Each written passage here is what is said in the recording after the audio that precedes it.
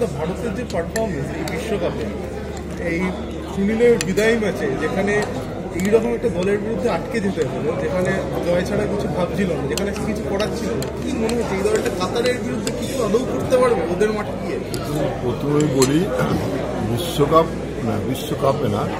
বিশ্বকাপে কোয়ালিফায়ার রাউন্ডে থার্ড ওঠার ম্যাচে কোয়েতের সঙ্গে ম্যাচটা জিততে পারেনি, যেটা কোথাও না। যে খেলাটা আমরা দেখেছি তাতে আমরা দুটো সুযোগ পেয়েছিলাম, ওরা 4-5টা সুযোগ পেয়েছি। আমি অন্তত আশাবাদী ছিলাম না যে ম্যাচটাতে জিতে ভালো জায়গায় যাবে একটা। এখন কাতারের সঙ্গে ম্যাচ, কাতারে গিয়ে খেলতে হবে, এখানে আশা করাটাও অন্যায়। যাতে বেশি গোল না খায় সেটা দেখতে হবে। একটা সময় কাতারের র্যাঙ্কিং ভারতের নিচে ছিল, তার এক ধাপ উপরে ছিল ভারত। কাতার চলে গেছে কোন পর্যায়ে, সেখানে ভারতে আরো ডিমোশন হচ্ছে। ভাই র্যাঙ্কিং নিয়ে আলোচনা করি এই কারণে, র্যাঙ্কিং যখন তখন বাড়ানো যায়।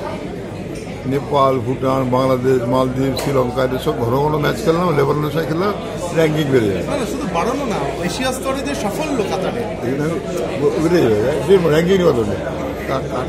যে কোনো দেশে যে স্পোর্টস ডেভেলপমেন্ট করতে গেলে তাদের প্ল্যানিং আছে।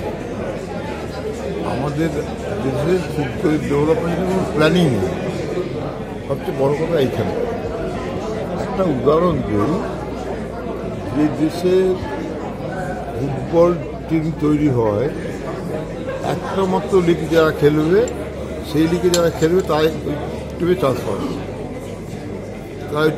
পাবে, অন্য প্লেয়াররা সুযোগ পাবে না। তো অনেক বলা বলির পর এবার 2-1জনকে ডেকেছিল, ডেভিড ডেকেছিল। এটা হয় না। আমার অন্য কোনো টুর্নামেন্ট চলছে তাতে আমার কোনো রাগ নেই, করার কথাও না। আইএসএলের মতো চলছে, কিন্তু অন্যান্য টুর্নামেন্টগুলো দেখা উচিত ছিল। ওখানে অনেক তরুণ ছেলে আছে যারা ভালো খেলে, তাদের কেন ডাকা হবে না? আর একই প্লেয়ার দিয়ে দীর্ঘদিন ধরে খেলা হবে, তাদের থেকে বেশি ভালো খেলা আশা করাও অন্য। সেই পুরনো প্লেয়াররাই খেলছে, নতুন প্লেয়ারদের আনতে হবে তো, সুযোগ দিতে হবে তো। আজকে আমরা চিৎকার করছি সুনীল ছেত্রী নিয়ে কী হবে, সত্যি তো নেক্সট কে? আজকে যদি আমরা এই রবিবারী ছেলেটাকে বেশি করে সুযোগ দিতাম তাহলে ভালো হতো, আরও ডেভিডকে সুযোগ দিতে ভালো হতো। বিষ্ণু ছিল, এরকম অনেক ছেলে নাম বলা যায়। কিন্তু সুযোগ পাবে কি করে? এখন তো প্রথম একাদশে তো একটা সময় 2জন খেলতো, 4জন হলো, এখন 6জন। এত বিদেশি বেড়ে গেছে। একটা সুপার কাপ হলো, বলছে ফার্স্ট 11-এ 6টা বিদেশি।